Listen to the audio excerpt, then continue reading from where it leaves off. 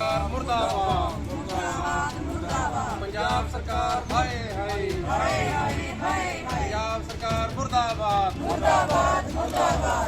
अपने सरकारी primary school मौड़ां तो रुपिंदर कौर भैन ने साड़ी ने अस्तीफा दिता। उस दे रोस वजों जिमें कि सरकार ने सानू तंग परेशान किया, जो साडे नाल वादे करके मुकरी आ, उस दे रोस वजों जो साडे नाल उन्हें तनख्वाह वाधे की गल की सी दिल्ली के तर्ज ते पहली कैबिनेट च करने की गल की सी। अज की 3 कैबिनेटां हो चुकियां ने, पर साडे प्रति उन्होंने कोई मुद्दा नहीं लिआंदा, ना साडे प्रति कोई नीति लिआंदे। इस दे रोस वजों ते अगले संघर्ष की तैयारी दा ऐलान करन लई अज ये मीटिंग की गई है जी। मीटिंग की रणनीति तैयार की गई?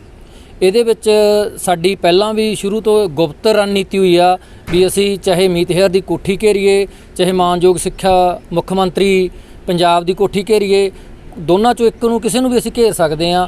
ਕੋਈ ਵੀ ਸਾਡਾ ਪਰਮਾਨੈਂਟ ਸਮਾਂ ਬਾਉਂਡ ਨਹੀਂ, ਚਾਹੇ ਅਸੀਂ ਰਾਤ ਨੂੰ ਘੇਰੀਏ ਦਿਨੇ ਘੇਰੀਏ, ਗੁਪਤ ਐਕਸ਼ਨ ਹੋਊਗਾ ਸਾਡਾ।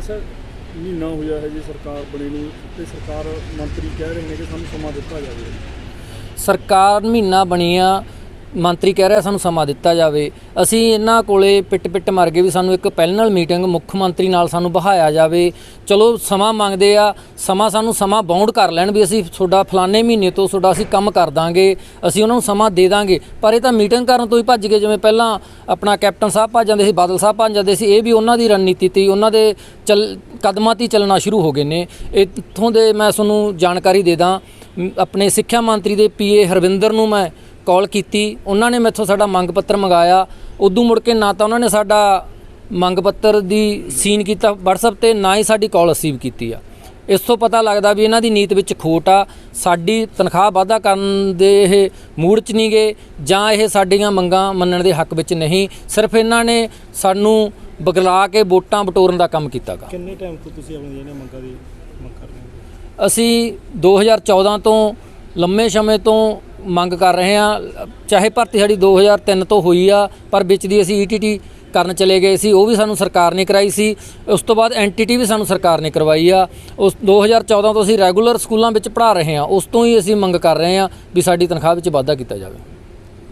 ਇਹ ਸਾਡੀ union EGS STR AI union ਵੱਲੋਂ ਕੀਤਾ ਜਾ ਰਿਹਾ। ਇਹਦਾ ਕਾਰਨ ਇਹੀ ਹੈ ਜੀ, ਅਸੀਂ 18 ਸਾਲ ਹੋ ਗਏ ਸਾਨੂੰ ਸਕੂਲਾਂ ਦੇ ਵਿੱਚ ਕੰਮ ਕਰਦਿਆਂ ਨੂੰ। ਸਾਡੀ ਜਿਹੜੀ ਪੇ ਆ ਉਹ ਬਹੁਤ ਘੱਟ ਆ, ਕੰਮ ਸਾਡੇ ਦਿਮਾਗ ਦੇ ਉੱਪਰ ਦੀ ਜਾ ਰਿਹਾ। ਹੁਣ ਸਾਡੇ ਦਿਮਾਗ ਨੇ ਜਿਹੜੇ ਜਮਾਂ ਹੀ ਕੰਮ ਨਹੀਂ ਕਰਦੇ, ਇਸ ਲਈ ਸਾਨੂੰ ਇਹ ਆ ਵੀ ਜਿੰਨਾ ਕੁ ਸਾਡਾ ਗੁਜ਼ਾਰਾ ਵਾਸਤੇ ਤਨਖਾਹ ਜਿਹੜੀ ਉਹ ਵਾਧਾ ਕੀਤਾ ਜਾਵੇ। ਤਨਖਾਹ ਦਾ ਮੇਨ ਕੰਮ ਇਹੀ ਹੈ। ਸਾਡੇ ਤਿੰਨੇ ਯੂਨੀਅਨ ਦੇ ਬੰਦੇ ਜਿਹੜੇ 6500 ਦੇ ਕਰੀਬ ਨੇਗੇ, ਤੇ ਅਸੀਂ 6000 ਤੇ ਕੰਮ ਕਰ ਰਹੇ ਹਾਂ ਜੀ। ਪਹੁੰਚ ਬਹੁਤ ਵਾਰ ਕੀਤੀ ਹੈ ਜੀ, ਮੰਗ ਵੀ ਕੀਤੀ ਆ। ਇਹਨਾਂ ਨੇ ਸਾਨੂੰ ਇਹੀ ਲਾਰਾ ਲਾਇਆ ਵੀ ਤੁਹਾਡੀ ਬਹੁਤ ਜਲਦ ਪੇ ਵਧਾ ਰਹੇ ਹਾਂ, ਪਰ ਹਜੇ ਤੱਕ ਸਾਨੂੰ ਕੋਈ ਵੀ ਕੁਛ ਵੀ ਨਹੀਂ ਮਿਲ ਰਿਹਾ। ਸਮਾਂ ਸਾਡੇ ਕੋਲੇ ਬਰਦਾਸ਼ਤ ਕਰਨ ਦੀ ਹੱਦ ਹੈ ਜਿਹੜੀ ਉਹ ਖਤਮ ਹੋ ਗਈ ਹੈ ਜੀ। ਅਸੀਂ ਹੁਣ ਨਹੀਂ ਬਰਦਾਸ਼ਤ ਕਰ ਸਕਦੇ ਕਿ ਕਰੀਬ 1.5 ਮਹੀਨਾ ਹੋ ਗਿਆ ਇਹਨਾਂ ਨੂੰ ਅਸੀਂ ਵੇਟ ਕਰਦੇ ਹਾਂ ਨੂੰ ਵੀ ਅੱਜ ਹੋ ਰਿਹਾ ਸਾਡਾ ਕੰਮ, ਕੱਲ੍ਹ ਹੋ ਰਿਹਾ, ਪਰ ਸਾਨੂੰ ਕੋਈ ਇੱਦਾਂ ਦੀ ਖਬਰ ਨਹੀਂ ਮਿਲੀ ਵੀ ਜੇ ਉਹ ਸਾਡੀ ਜਿਹੜੀ ਫਾਈਲ ਆ ਅੱਗੇ ਤੱਕ ਪਹੁੰਚਾਈ ਜਾਵੇ ਜਾਂ ਇਹਨਾਂ ਨੇ ਪੜ੍ਹੀ ਹੋਵੇ। ਸਿੱਖਿਆ ਮੰਤਰੀ ਤਾਂ ਇੱਥੋਂ ਤੱਕ ਵੀ ਕਹਿ ਰਿਹਾ ਕਿ ਹਜੇ ਮੈਂ ਤੁਹਾਡੀ ਫਾਈਲ ਆ ਜਿਹੜੀ ਸਟੱਡੀ ਕਰੂੰਗਾ, ਫਿਰ ਤੁਹਾਡੇ ਬਾਰੇ ਸੋਚੂੰਗਾ।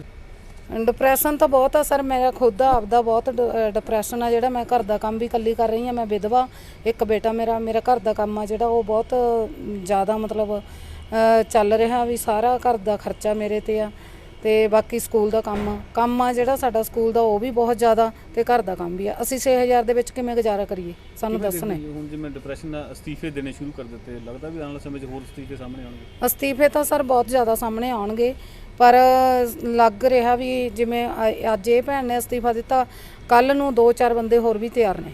ਕੀ ਐਕਸ਼ਨ ਦਊਗਾ ਅਗਲਾ ਐਕਸ਼ਨ ਜਿਵੇਂ ਵੀਰ ਨੇ ਦੱਸਿਆ ਵੀ ਗੁਪਤ ਐਕਸ਼ਨ ਕਰਾਂਗੇ ਅਸੀਂ ਜੇ ਕੋਈ ਵੀ ਸੁਣਵਾਈ ਨਹੀਂ ਹੋਊਗੀ ਸਾਡੀ। ਇੱਥੋਂ ਦੀ ਇੱਕ ਮੈਡਮ ਰੁਪਿੰਦਰ ਕੌਰ ਆ, ਉਹਨਾਂ ਨੇ ਅਸਤੀਫਾ ਦਿੱਤਾ ਕਿਉਂਕਿ ਤਨਖਾਹ ਬਹੁਤ ਘੱਟ ਆ ਜੀ। ਲਗਭਗ 17-19 ਸਾਲਾਂ ਤੋਂ ਪੜ੍ਹਾ ਰਹੇ ਹਾਂ। ਸਪੈਸ਼ਲ ਆ ਜਿਹੜੀ ਸਰਕਾਰ ਨੇ ETT B.Ed ਕਰਵਾਈ ਹੈ, ਅਤੇ 3 ਸਰਕਾਰਾਂ ਆ ਗਈਆਂ। ਆ ਤੀਜੀ 'ਤੇ ਸਾਨੂੰ ਬੜਾ ਬਲੀਵ ਸੀਗਾ ਵੀ ਇਹ ਸਾਡੀ ਤਨਖਾਹ ਵਿੱਚ ਵਾਧਾ ਕਰਨਗੇ, ਰੈਗੂਲਰ ਕਰਨਗੇ, ਪਰ 2-1.5 ਮਹੀਨਾ ਗੁਜ਼ਰਨ ਦੇ ਬਾਵਜੂਦ ਵੀ, ਕਿਉਂਕਿ ਪਹਿਲੀ ਕੈਬਨਿਟ ਦੇ ਵਿੱਚ ਇਹਨਾਂ ਨੇ ਵਾਅਦਾ ਕੀਤਾ ਸੀ ਵੀ ਤੁਹਾਡੀ ਪੇ ਆ ਘੱਟੋ ਘੱਟ ਜਿਹੜੀ ਦਿੱਲੀ ਤਰਜ਼ 'ਤੇ 36000 ਅਸੀਂ ਕਰਾਂਗੇ। ਸਾਡੀਆਂ ਮੀਟਿੰਗਾਂ ਵੀ ਹੋਈਆਂ ਇਹਨਾਂ ਨਾਲ, ਅਤੇ ਉਸ ਤੋਂ ਬਾਅਦ ਕੁਛ ਨਹੀਂ ਕੀਤਾ ਇਹਨਾਂ ਨੇ। ਹੁਣ ਅਸੀਂ ਬੇਨਤੀ ਕਰਦੇ ਹਾਂ ਵੀ ਸਾਡੀ ਜਿਹੜੀ ਇੱਕ CM ਸਾਹਿਬ ਨਾਲ ਪੈਨਲ ਮੀਟਿੰਗ ਕਰਵਾਈ ਜਾਵੇ ਜੇਕਰ ਨਾ ਕਰਵਾਈ ਤਾਂ ਅਸੀਂ ਪੂਰੇ ਪੰਜਾਬ ਲੈਵਲ ਤੇ ਜਿਹੜੇ ਅਸੀਂ ਧਰਨੇ ਮੁਜ਼ਾਹਰੇ ਜਿਸ ਤਰ੍ਹਾਂ ਪਹਿਲਾਂ ਚੱਲੇ ਸੀ ਉਸ ਤੋਂ ਵੀ ਇਕੱਠੇ ਹੋ ਕੇ ਅਸੀਂ ਇਹ ਕਰਾਂਗੇ।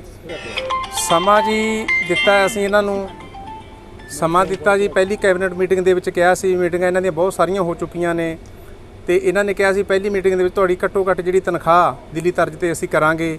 ਇਸ ਕਰਕੇ ਜਿਹੜਾ ਸਾਡਾ ਸਾਥੀਆਂ ਦਾ ਜਿਹੜਾ ਸਬਰ ਦਾ ਪਿਆਲਾ ਸੀ ਉਹ ਟੁੱਟ ਚੁੱਕਿਆ, ਕਿਉਂਕਿ 6000 ਦੇ ਵਿੱਚ ਇੱਕ ਅਨਪੜ੍ਹ ਮਜ਼ਦੂਰ ਆ ਜਿਹੜਾ 15-20 ਹਜ਼ਾਰ ਰੁਪਏ ਕਮਾ ਲੈਂਦਾ। 6000 ਨਾਲ ਤੁਸੀਂ ਐਂ ਦੇਖੋ ਵੀ ਕੁਆਲੀਫਾਈਡ ਅਧਿਆਪਕ ਉਹ ਤਨਖਾਹ ਵੀ ਦੱਸਣ ਦੇ ਵਿੱਚ ਸ਼ਰਮ ਮਹਿਸੂਸ ਕਰਦਾ ਗਾ।